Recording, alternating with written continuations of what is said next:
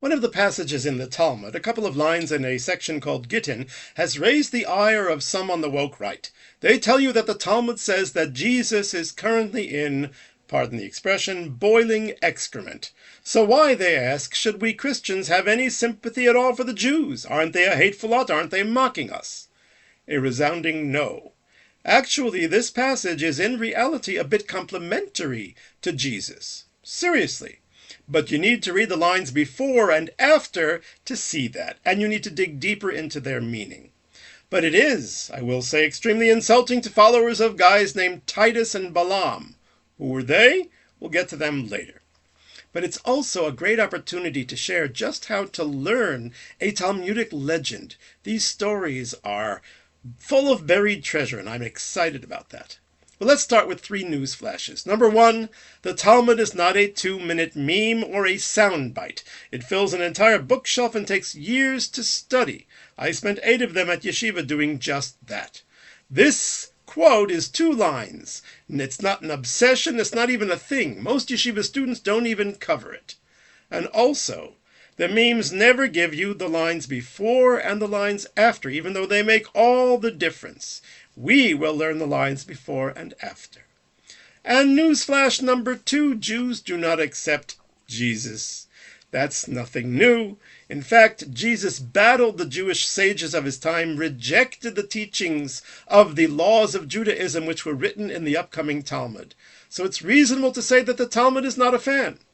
But surprisingly, this passage is full of nuance, even though at first blush it doesn't seem like boiling excrement is too nuanced. But maybe it is. Which brings me to newsflash number 3. This passage, which we will look at in its entirety, says nothing about how Jews view Christians. It's about Jesus.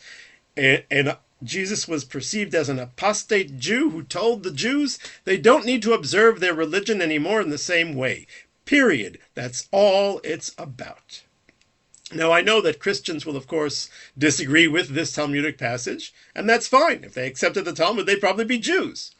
But the people who cherry-pick one line from the Talmud, a book that fills an entire bookshelf, like I said, are fomenting hatred. You must have the deep pleasure of understanding all the symbolism and deeper meaning behind the details of this unique story and all stories like it, because these Talmudic legends are metaphors for life's truths, filled with hints and details that guide us to the true buried treasure. So now let's go and see exactly how Jesus makes a great contribution to Judaism in this very section. We start with the entire story, not just a line out of context. According to who is Jesus sentenced to boiling feces? Who makes that claim? Well, it's actually made by a guy named, wait for it, Jesus, who tells it to a remarkable fellow by the name of Onkelos. Onkelos? Wow, what's that about?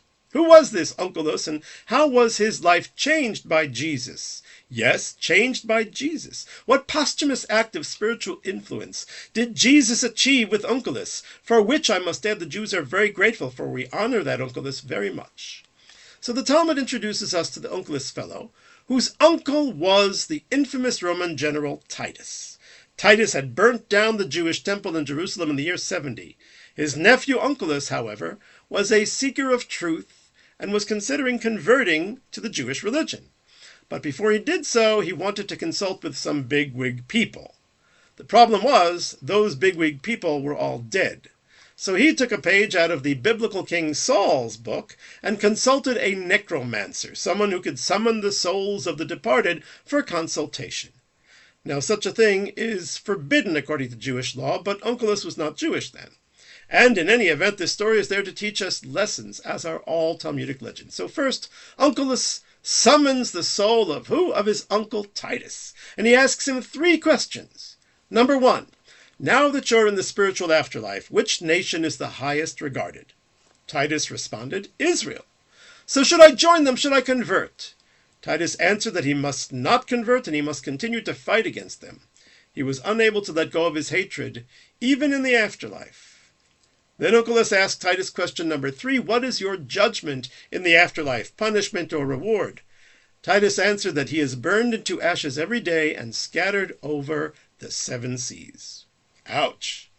But these punishments are not vindictiveness. They are what the Jews call attribute versus attribute, or basically making the punishment fit the crime.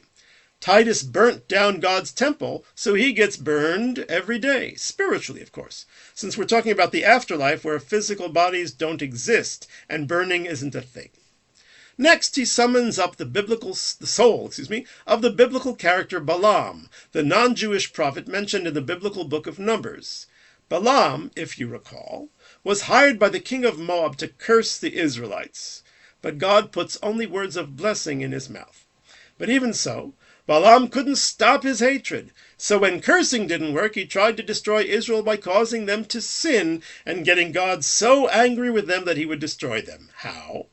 So he had the daughters of the nation of Moab seduce them sexually, and then, right when the Israelites were in the throes of lust, these daughters of Moab would influence them to forsake their God and bow down to the Moabite idols in order to get what they want.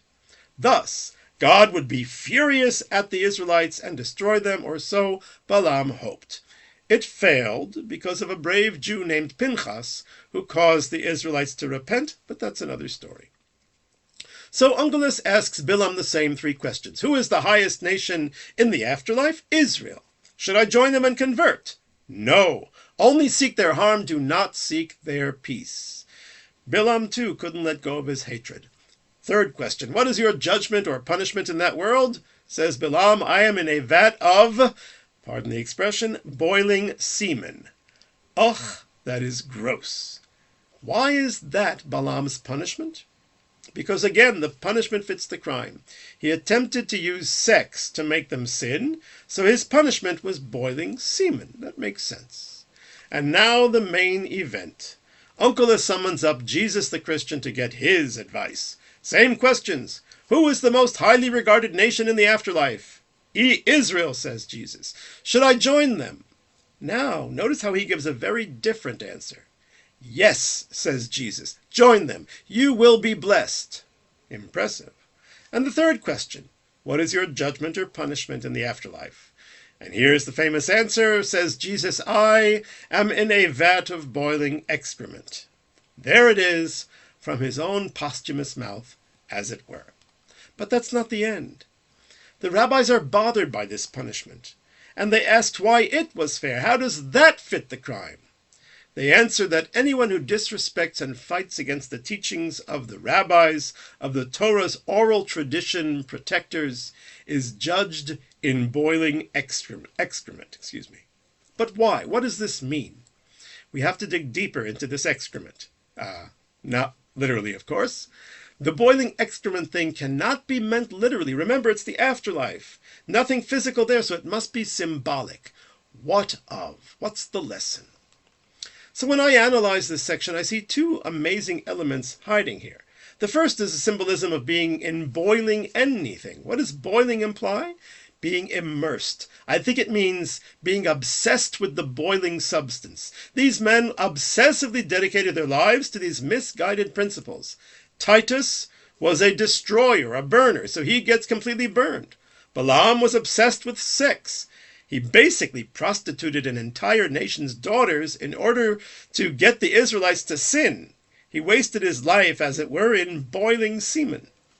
And as for Jesus, the criticism is that he rejected the rabbis who taught him and rejected the oral law, which is the basis of the Talmud. He dedicated his life to rewriting Judaism, attempting to abrogate much of the religious observance of the Jews. So the Talmud says that whoever mocks the teachings of the sages will be punished with boiling excrement. A 12th century genius rabbi known as Rambam or Maimonides explains it simply. The words of the sages of the oral law are like brilliant jewels, while there is nothing so base and degrading as excrement. And that's the compliment, because someone like Jesus, who sat at the feet of great rabbis as a student, could have had those brilliant jewels of Torah wisdom. He was smart, he was charismatic. He could have been one of the greatest sages of all time. But he chose to reject their wisdom, which was in effect choosing a life of pursuing excrement, of base and worthless things, instead of the Torah's brilliant, resplendent jewels. He rejected the authors of the yet-to-be-compiled Talmud, and therefore the Talmud has harsh words for his life choices. But that's not all. The second observation. It's fascinating that the first two guys, Titus and Balaam, both recognize that Israel is the highest regarded in the afterlife, and both of them had very harsh punishments for harming them, yet neither of them encouraged Onkelos to join Israel. Rather, they doubled down on their hatred and encouraged him to hate and fight them too. They were guiding him to the same cliff that they fell off. You'd think they'd get the memo and be kind to dear young Onkelos. And therein lies a powerful psychological truth, and one of the main lessons of this passage. Hatred trumps everything, even to the point of self-destruction and destruction of others. Just ask the Nazis. Just ask Hamas. There is no logic to it. It's a spiritual sickness. What has hatred built or contributed to the world? Only death and destruction. Avoid it, whatever you do. Ignore the memes. But Jesus was different. He urged Onkelos to join up, to become a Jew, because he was not consumed by hatred, and neither should we be. And the rabbis of the Talmud now salute his character. It says so in the next line of the Talmudic passage, in the text itself, not in some later commentary. And I think that the reason Jesus shared what his punishment is with Onkelos was to be a cautionary tale. He was going all in on Onkelos making the right life choices and accepting the Torah. That's amazing. So even from the grave, he spiritually saved a seeking soul and did a great kindness. And the soul he saved was one of the greats of Jewish history, the author of the Targum Onkelos, the classic Aramaic translation of the Hebrew Bible. Indeed, the Jewish view on non-Jews who live exemplary and moral lives is extremely complimentary. Judaism, alone among the major religions, does not believe that everyone must convert in order to be saved, and Judaism would never dare to force someone to convert. A sincere Christian or Muslim who lives ethically is dear to God as such a Jew is. We must be friends. We must be brothers. We must stand up for God's imperative, which is decency and peace. The entire book of Genesis is about the problems that come to the world when brothers don't get along. And that, my friends, is how to learn a legend of the Talmud and become a finer human being.